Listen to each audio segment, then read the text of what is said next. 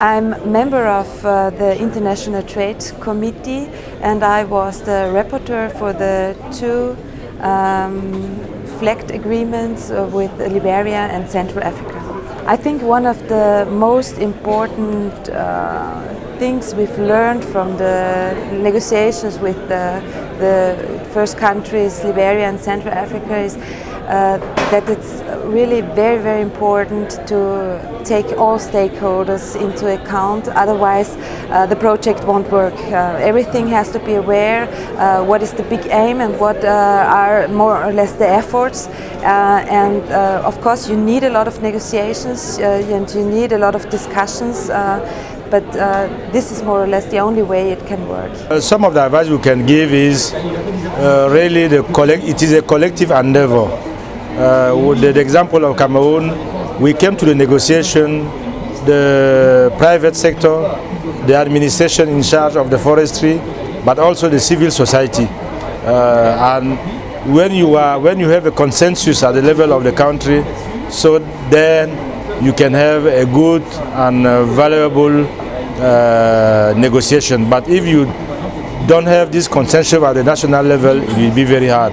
Well, the Flagged Action Plan has different elements. The VPA process is only one element of the Flagged Action Programme, but we think it's the most important element to really improve forest governance in these countries.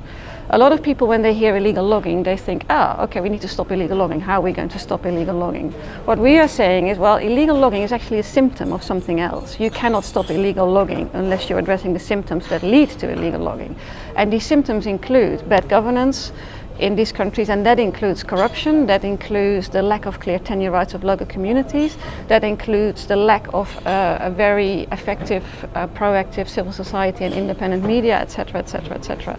So what we are doing is we are working with partners in tropical forest countries to improve forest governance by strengthening capacity, by keeping them informed about what the EU is doing, by telling the EU what their position is, by making sure they have a seat at the table in these negotiations.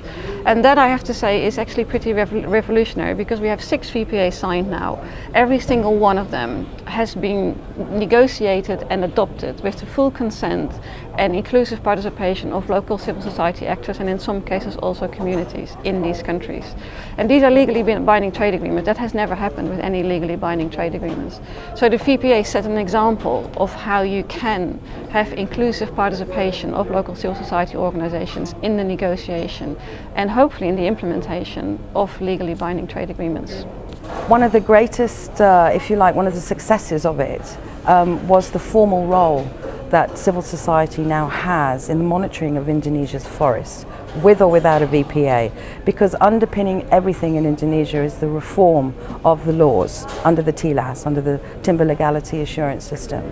And second to that, it's also ensuring the process that was used in Indonesia was one that we're trying for other initiatives to also use. That full participatory stakeholder participation is absolutely key to any success.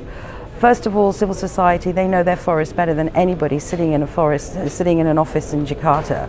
Secondly, they have attachments to it because it's their livelihoods, and without those forests, they would end up begging on the streets or they end up being poor.